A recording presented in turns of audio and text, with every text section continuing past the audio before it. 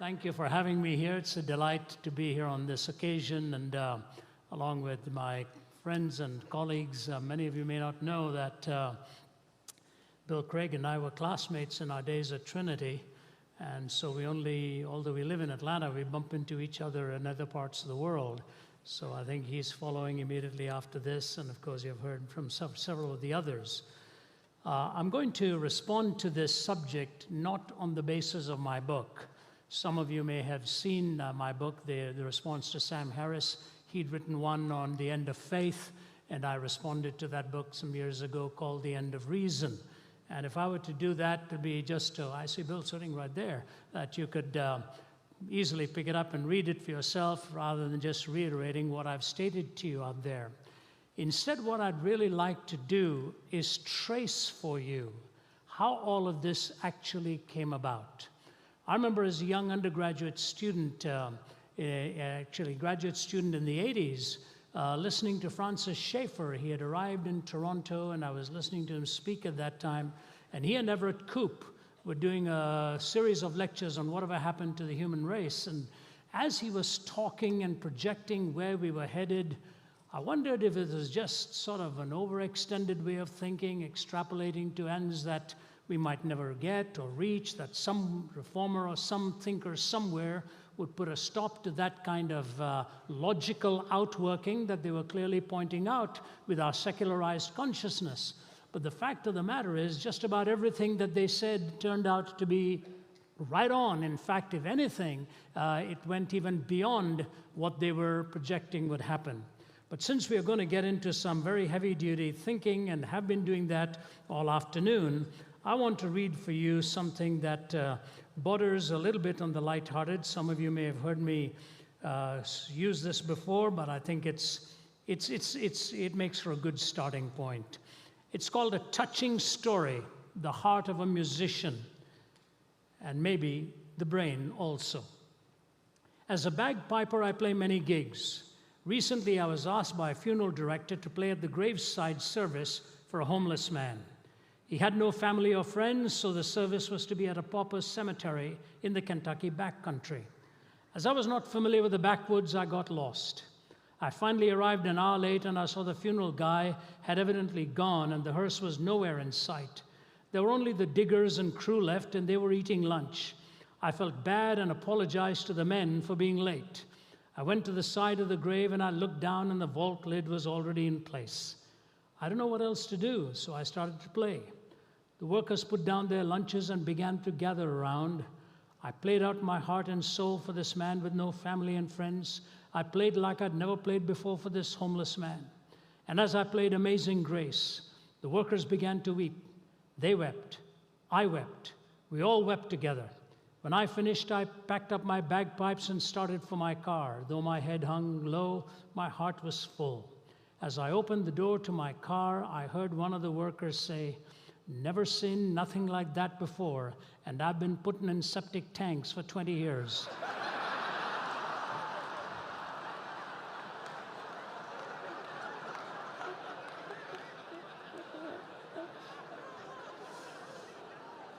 There's nothing like a deeply moving message for the wrong audience, at the wrong crowd, on the wrong occasion, and yet being so stirred in your emotions that you've done a wonderful job.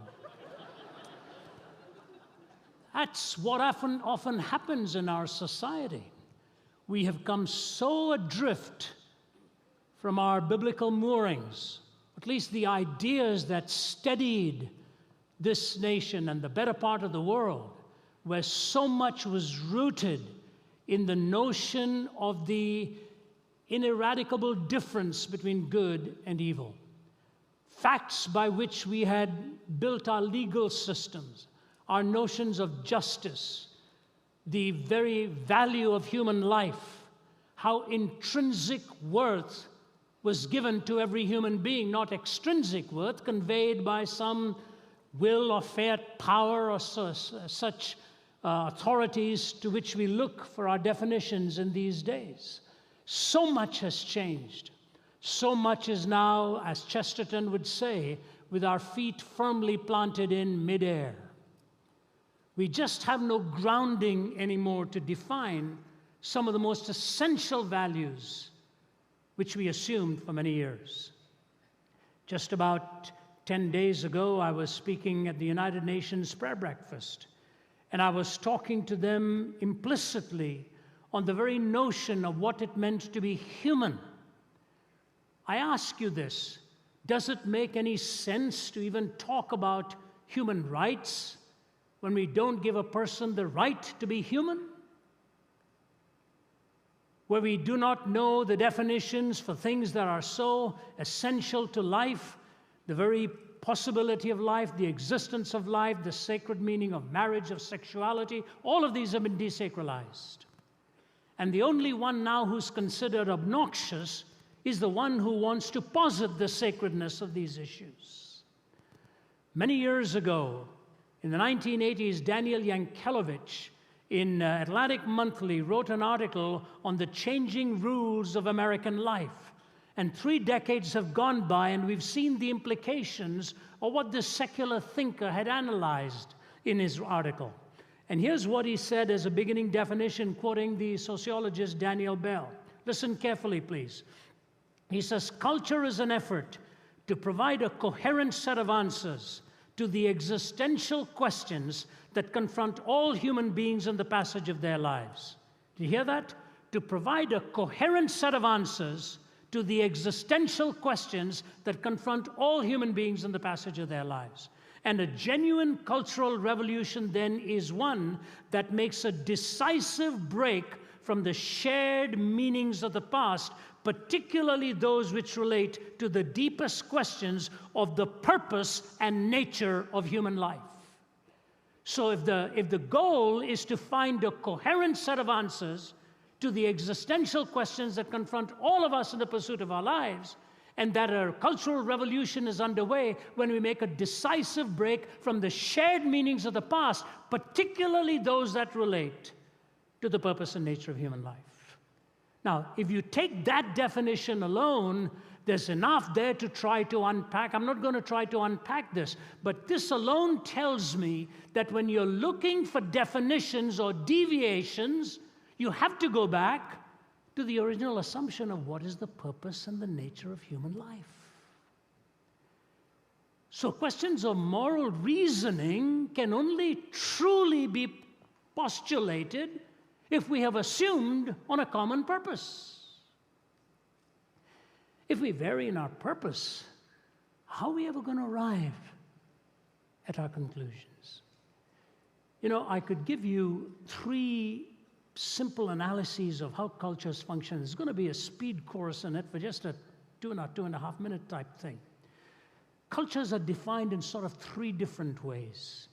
One is called a theonomous culture.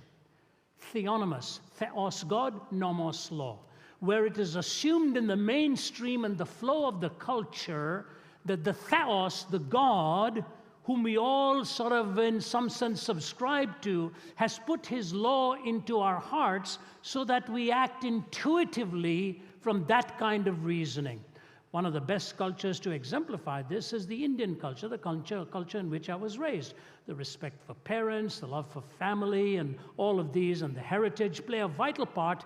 In a sense, it's a theonomous type of culture where the divine imperatives are sort of planted within the heart or the conscience of every human being. We move then to a heteronomous culture. Heteros meaning different, nomos law, a different law, where there is a superimposition upon a culture from an exterior source.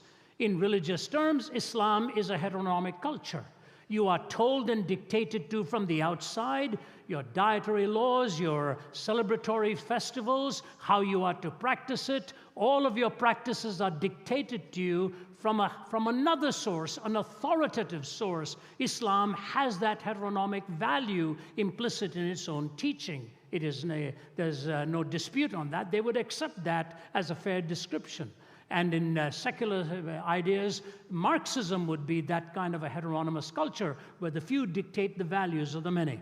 So you've got theonomous, God's law sort of in our own hearts, and we move along as a culture with a coherent set of values. Heteronomous, where we are told from the outside what our dictates should be. But then there is an autonomous culture, autos meaning self, nomos law, where each one is a law unto himself or herself. And America would probably describe herself as an autonomous culture, where every individual dictates his or her own moral reasoning. The fascinating thing that has happened in our time, even though we are told we are an autonomous culture, if my values autonomously then move to the fact that life is sacred, all of a sudden a heteronymous culture takes over in dictating to me that I have no right to believe it and share that in a community in any sense of dissenting value systems. Hope you followed what I've said. That if I have autonomy, why is it all of a sudden, if I believe that life is sacred and the values that I hold to are sacred, that all of a sudden I'm told from outside sources, yes, we are in theory autonomous, but you had daren't ever tell the public audience what you believe is right and wrong. Only my belief can be shared as it disagrees with yours. You have no right to ultimately publicly proclaim what you believe. So are we really autonomous then? Or do we bait and switch, allow the person to believe they're autonomous, but if they violate this, we become suddenly heteronymous? That is the new worldview under which the term tolerance really operates. That's the new worldview under which the word tolerance really operates. Now, how did all of this come about? I share with you 3 dramatic changes that took place. The first is called secularization. Secularization is the process by which religious ideas, institutions, and interpretations have lost their social significance. It is a process by which religious ideas, institutions, and interpretations have lost their social significance. One satirist puts it this way: first, dentistry was painless, then bicycles were chainless, and carriages were horseless, and many laws enforceless. Next, cookery was fireless, telegraphy was wireless, cigars were nicotineless, and coffee caffeineless. Soon oranges were seedless, the putting green was weedless, the college boy was hatless, the proper diet fatless. New motor roads are dustless, the latest steel is rustless, our tennis courts are sodless, our new religion godless. That is secularization in action, where religious ideas, institutions, and interpretations have lost their social significance. When this happens, a cultural inversion takes place. And let me move to illustrate this for you so that I can move quickly to my second and third sociological phenomena that I think brought all of this about. I remember in the 1980s when I moved to Atlanta from Toronto. We were living in Toronto prior to that. Watching the transcripts of a trial that had taken place with the pornographic entrepreneur, Larry Flynt. And the general opinion was that Larry Flynt's pornography was so off the charts that it even made Playboy magazine look quite normal and acceptable. That the deviance to which he had gone was absolutely unthinkable, and court cases were brought against him. But the lawyer defending Larry Flynt was very clever. The first thing he did was he said he only wanted people on the jury who did not belong to any church. And so that took a while for them to find somebody in the South who didn't belong to any church. So it took many, many days till the jury was complete.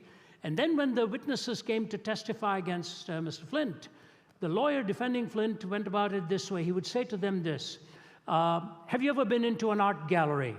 Yes. Have you ever paid to go into an art gallery? Yes.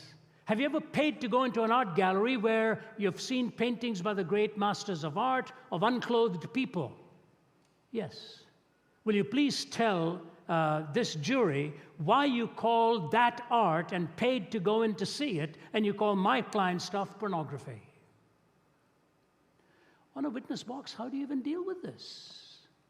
You're not going to get into some philosophical argument on the way you arrive at ethical values and so on, not with a lawyer with all of his ironic stare gazing down at you like that. And I thought to myself, what would I say? What would I say to him? I suppose sitting across a coffee table, I could chat with the lawyer and I could say something like this. I'm not sure it'll make any difference to him. I would say something like this: have you ever read the biography of Michelangelo? Have you ever read the conversation that took place between Michelangelo and his teacher while they were discussing this issue of painting disrobed human bodies? And the teacher looked at Michelangelo once and said to him, "Can you tell me why you are doing this?" And Michelangelo said to him, "Because I want to see man as God sees man." And Michelangelo looked at him and said, "But you're not God, are you?" And the writer of Michelangelo's biography just moves on from that without even bothering to sort of deal with this anymore. But I think the ultimate argument has to filter down into something more engaging on the issue of reason here. So please track me with me. When C.S. Lewis, in his book, gave his in allegorical fashion his story of his conversion, Pilgrim's Regress. The reason he calls it a pilgrim's regress rather than progress is because if you know Lewis's conversion story, how he moved from one worldview to another, from atheism to pantheism, he struggled with pantheism for some time, till ultimately, in his words, he was dragged into the kingdom, kicking and screaming, the most reluctant convert in all of England. And then he went on to say, "I thought I'd come to a place, I found out I'd come to a person." That's the first line of that next chapter. "I thought I'd come to a place, I found out I'd come to a person." And this theistic framework and this relationship then redefined everything. But in this allegorical journey, while he's going through the philosophy of humanism, the incredible thing is that he pictures himself as a man sitting in a mountain called the Spirit of the Age, bound in chains. That's an amazing description of the humanistic worldview for a man in the thick of it. You would think of him as robust and free, without any law, but he pictures himself as bound and in chains. And the waiter comes and offers him a glass of milk, and he unbinds his chains, and he takes the milk, and he's drinking it, and he makes the comment, "This is delicious, nutritious milk." The waiter looks at him and says, "You just call it delicious, nutritious milk. It's nothing more than the secretion of a cow. So the cow secretes urine, it secretes milk. What's the difference?" And then young John makes the mistake of saying, "I should never have said it, but I commented on the tastiness of the eggs." And at this point, the analogy he drew, I won't draw for you. Quite pathetic, quite nauseating, really. And he said he just groaned under that description, finished his breakfast, hurriedly pushed the tray away. And then he says this, "All of a sudden, reason came riding on a horse and rescued me and said to the waiter, 'You lie, you lie. You don't know the difference between what nature's meant for nourishment and what nature's meant for garbage.'" You see, at least in the grand artist scheme of things, maybe in the portrayal of the human body, however it was done with whatever intent, all right, you give that artist the benefit of the doubt.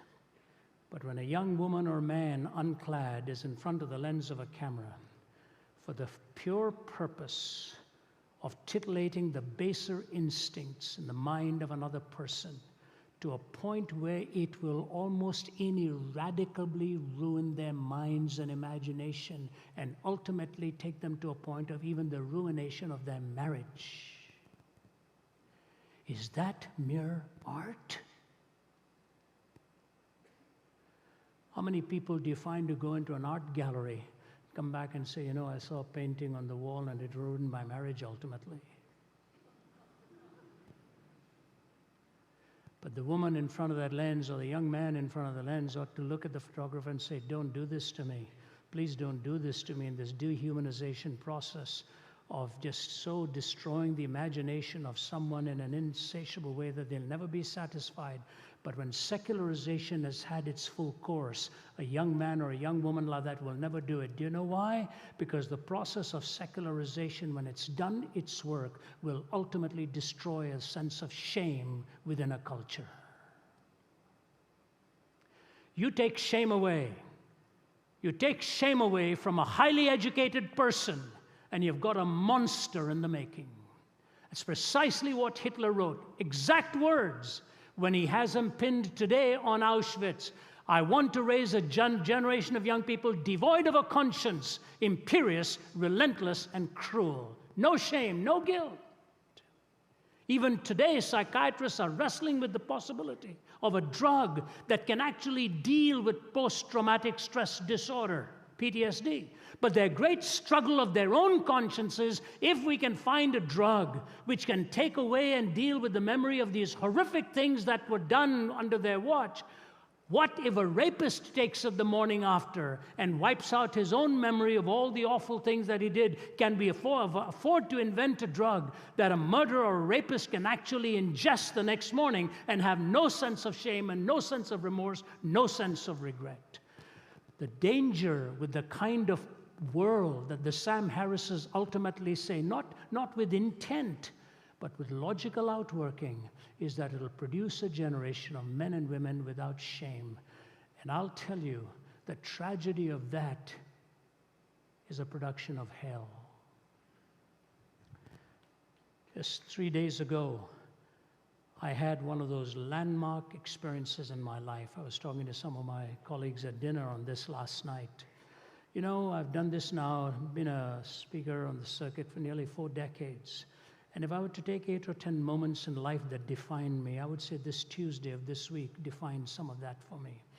I was at Angola prison, speaking to 5,300 prisoners, 80% of whom are on life without parole. Think of that. On death row, there were 45 with whom my friends and I walked past and chatted, put our hands through the bars, shook hands with them. A tiny little cot, a tiny night table, the toilet there, no doors, nothing, just the bars, and they shared televisions. I talked to one young guy there. I wouldn't name him for you, well, relatively young. I said, how long have you been? I'm not allowed to ask how long they've been there. I just said, how are you doing? He said, fine. He said, I've been here 16 years on death row, you know. I said, how old are you? He said, I'm 35. I said, you were here from when you were 19? He said, yes, sir. And we're not allowed to ask why they're there. He looked at me and he said, I got involved with organized crime when I was 16. And he said, like a dog going back to the vomit, I kept going back, and the things I did, I wouldn't even describe for you. And here I am now, awaiting the final day till they'll take me out for my last meal and do away with me. You know what? When you go to the execution chamber, it's a very sobering thing to look at. In fact, when I came back, I'm still processing it. I told my wife, I said, I want to take every member of my team there. They have this stretcher laid out with straps and the injection that is finally given. It used to be electrocuted, now the injection is given. And the prisoners there build coffins. But they asked the prisoners if they would build this bed on which the injection was administered. They refused, because they said our own mates will be killed on that. Interesting, isn't it?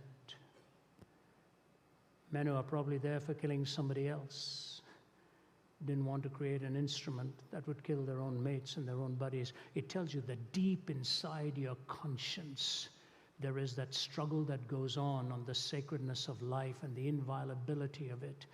When they lost their sense of shame, they destroyed other lives. When the sober-minded thinking came back, they said, we can't do anything like this. Secularization has a deadly effect when it is uninformed by a transcendent moral order. Pluralization is the next wave with which we moved, where there is a competing number of worldviews available to its members and no one worldview is dominant. A competing number of worldviews available to its members and no one worldview is dominant. Pluralization is a good thing. To have a competing now, to have different accents, to have different languages. There's a fast food outlet in Los Angeles. It's where a Korean is selling kosher tacos. That's quite a culinarily pluralistic offering out of his little wagon out there. Quite fascinating to watch. When I first came to Canada, when I was 20 years old, there were 500 Indians in Toronto. 500. Today, they're all there in taxis waiting for you at the airport to pick you up. There's 500,000 of them in Toronto now. Toronto is where I'd moved to and lived for 10 years, where I met my wife and married. When I came to Toronto at that time, if I saw another Indian, you'd cross the street to say hello and say, "Chai pina, I want to go and have a cup of tea." Now, if you did that, you'd do nothing else. The demographic has changed in these cultures. Pluralism is a good thing, but if pluralism is extended to mean relativism, then it's a deadly thing. If a relativistic ethic is espoused, then you end up with the lowest common denominator. Some of you may have heard me give this illustration, but let me hasten through it as time is fleeting by. Then I'll read an application, move to my final thought here. I remember many years ago in California, speaking to a Californian audience, and a professor of philosophy, as an American, came forward and he'd said he had converted to a pantheistic worldview. He walked forward and he said to me, "I can't believe that you're actually talking all this stuff about following Jesus Christ and all of that." He said, "I tell you what, I teach philosophy nearby. I'll bring my whole class on one of these nights you're here. You speak on why you're not a Hindu, and my class will just take you apart." I said, "No, sir, I won't do that." He said, "Why not?" I said, "I've heard long ago when you throw mud at others, not only do you lose a lot of ground, you get your hands dirty in the process." He didn't think it was very funny. So I said, "Okay, let me try it another way." I said, "I tell you what I'll do. I will speak to you, speak on the subject why I am a Christian, and you bring all of your class, students, and they can take me apart then." He said, "Well, I don't like that, but then I said, an implicit in what I say will be what you want me to address anyway." So he brought his students, and they sat there smugly like this. At the end of it, he came forward, and this is exactly what he said to me. "You have done the greatest damage to the pantheistic worldview I've ever heard any man ever do, and the reason is you don't understand it." That's a classic line. I said, "Let me get this straight. You are an American gentleman teaching philosophy. I am an Indian whose ancestors were Hindu priests. And I'm a Nambudri, the highest caste of the Hindu priesthood, and I'm coming here. And without even knowing me, you're telling me I don't understand what this is all about, and you do?" I said, let's do a favor. Let's go out for lunch."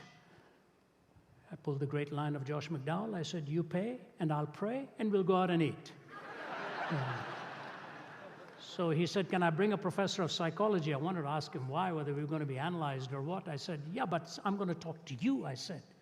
"All your students say, hey, I'm not here to impress them. I want to talk to you. You and I talk, and he can listen on." He said, "All right." So we sit down and talk, and he begins a speech with a wrong statement. He said, "Mr. Zacharias, there are two kinds of logic." I knew right off the bat he had not studied much of logic. There's more kinds of logic than that, but you don't destroy a person right from the beginning.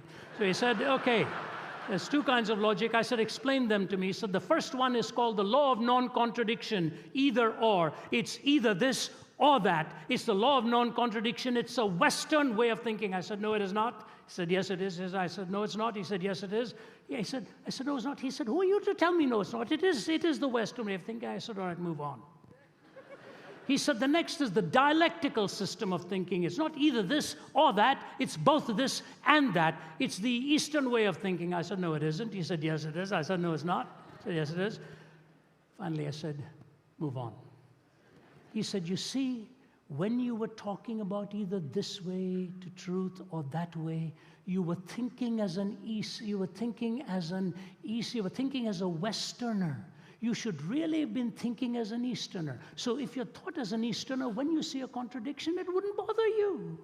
You're becoming too Western. You're seeing this either-or stuff. And when you see a contradiction, you say, stop there. Don't stop there. Just think like an Easterner and accept both of these." And he went on and on. I said, "I have a question for you. You're telling me the two kinds of logic." Yes. "There's either the either-or system of logic or there's the both-hand system of logic." He said, "Yes. And my problem is that I'm thinking actually as a Westerner either-or. Well, I should be thinking as an Easterner, both-hand." He said, "That's right." I said, "Will you help me then? When I'm studying pantheism, I either use the both-hand system or nothing else. Is that what you're telling me?"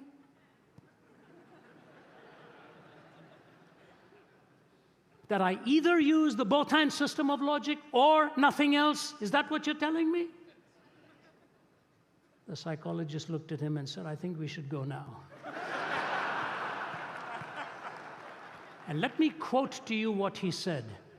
"The either-or does seem to emerge, doesn't it?" I said, "I got news for you, sir. Even in India, you look both ways before you cross the street. It is either the bus or me, not both of us. You know what he has done? He has mixed up the popular expression of a worldview and forgotten the original protagonists of those worldview. If Gautama Buddha were both and, why did he reject the Vedas? Why did he reject the caste system? Why did he found Buddhism? He was born a Hindu. Shankara, the main seminal thinker of monism in Eastern philosophy, determinedly he was an either-or thinker. And when his mother became a worshiper of gods, they asked him, what on earth is this? You said that's false. He said, well, she's in the process. She will emerge into the monistic way of thinking and find out all of this was a scaffolding she needed to shake off.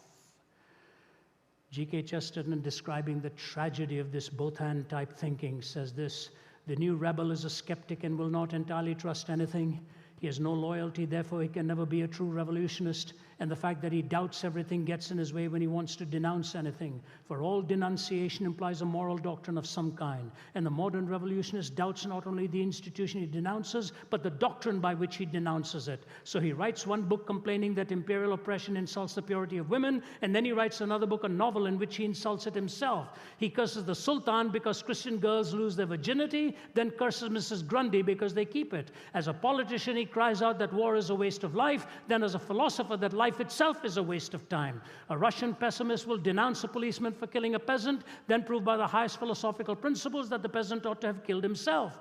A man denounces marriage as a lie, then denounces aristocratic profligates for treating it as a lie. He calls the flag a bauble, then blames the oppressors of Poland or Ireland because they take away that bauble. The man of this school goes first to a political meeting where he complains that savages are treated as if they were beasts, then he takes his hat and umbrella and goes on to a scientific meeting where he proves that they practically are beasts. In short, the modern revolutionist, being an infinite skeptic, is always engaged in undermining his own minds. In his book on politics, he attacks men for trampling on morality. In his book on ethics, he attacks morality for trampling on men. Therefore, the modern man in revolt has become practically useless for all purposes of revolt. By rebelling against everything, he's lost his right to rebel against anything.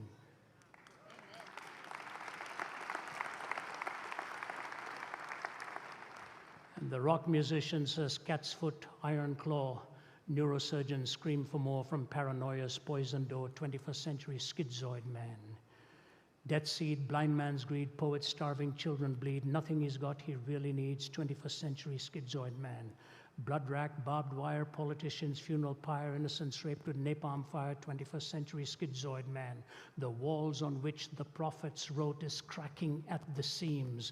Upon the instruments of death the sunlight brightly gleams. Will no one lay the laurel wreath as silence drowns the screams? Between the iron gates of fate the seeds of time are sown, and watered by the deeds of those who know and who are known. Knowledge is a deadly friend when no one sets the rules. The fate of all mankind I see is in the hands of fools. Confusion will be my epitaph as I crawl a cracked and broken path. If we make it, we can all sit back and laugh, but I'm afraid tomorrow I'll be crying.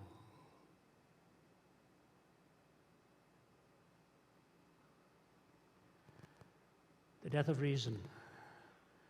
The end of reason. When relativism is absolutized to a point where you become the self-referencing point of all moral reasoning. Ladies and gentlemen, secularization leads you to no sense of shame. In the 60s, we began to see this encroaching into our culture. Pluralization, on the heels of all of that in the academy, the law of non-contradiction was assaulted. And the so-called both hand, which is really not ultimately lived out anyway, takes wings and soars into our cultural ethos. And when I look upon it and say, the end of it is the end of shame and secularization, the end of reason and pluralization, which leads you to the last, and that is privatization. Privatization is a cleavage, a breakdown in your experience between your public and your private life, and you're forced to find meaning in your private life. There's a cleavage, there's a breakdown. And what happens when that takes place? What happens is a complete loss and a complete death of meaning. No shame, no reason, no meaning. That's where we are today. That's where we are today. That's why you have come here today, because you know the answers of the world are just not making sense, and you're hungry to find what is the best way to communicate this. You know, I was only 17 years old when I ended up on a bed of suicide. I know what it is to hunger for meaning and not have it. I know what it is to be ashamed of the way my life was going and not wanting to ever face people. I knew the irrationality of my own choices. And the thing that I least expected, a man walked into my hospital room with a Bible. And the words of Jesus to Thomas, "Because I live, you also shall live," so struck to my heart like a pierced instrument would. As we walked away from Angola, the chaplain to the University of Virginia basketball and football teams, a guy about 6'6", 250, big guy, George Morris, walked away, and he's walking beside me back to the plane, and he says, "You know, Ravi, in every cell I saw a Bible. But if we put that same Bible in our high schools today, they'll take us to court for invading into the life of young men and women." He said, "I guarantee you that if more of those Bibles are in those high schools, there'll be less of these people behind these bars today."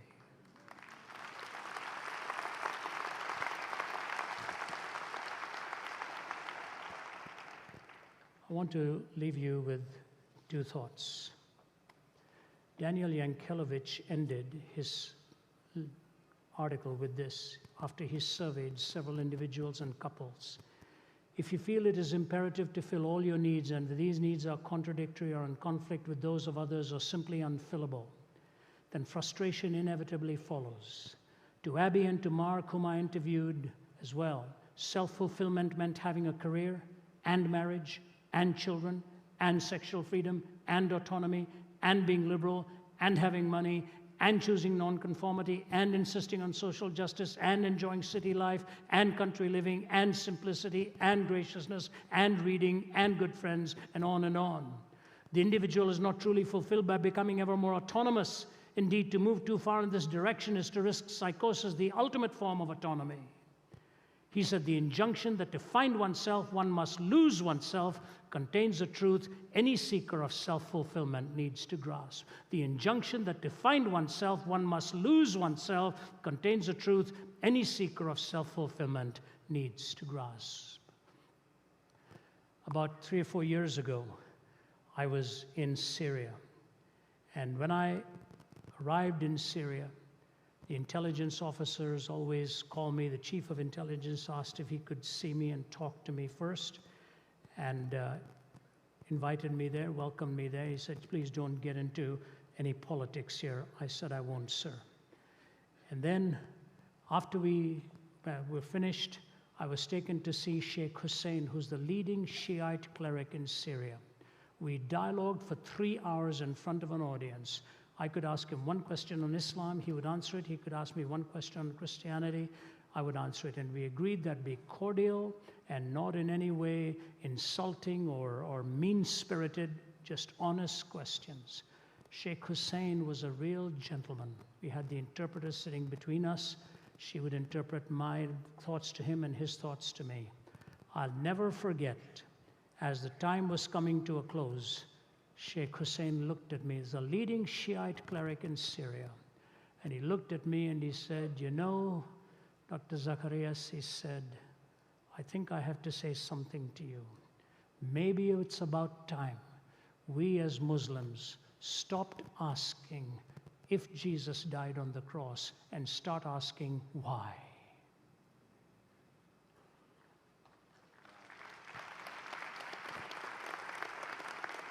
I said, "Sheikh Hussein, do I have your permission to quote you, sir?"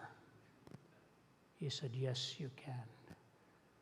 When you see a society without shame, without reason, and without meaning, take a look at the cross again and try to understand what the word redemption actually means. Goes way beyond forgiveness, goes way beyond acceptance. It goes to the point of revaluing, redeeming you, and giving you that fresh sense of worth and value as God intends to have in his relationship with you. Douglas Copeland, in his book, Life After God, this secular thinker, this Canadian thinker, ends his book with these words, and I end with this quote. He talks about his friends in British Columbia. He left and wandered around, each in a different direction, ultimately ending up far away from all belief except their own indulgent lifestyle. Here's how he ends. He says, now here is my secret. I tell you with an openness of heart that I doubt I shall ever achieve again. So I pray. So I pray you are in a quiet room as you hear my words. My secret really is this. I need God. I need God.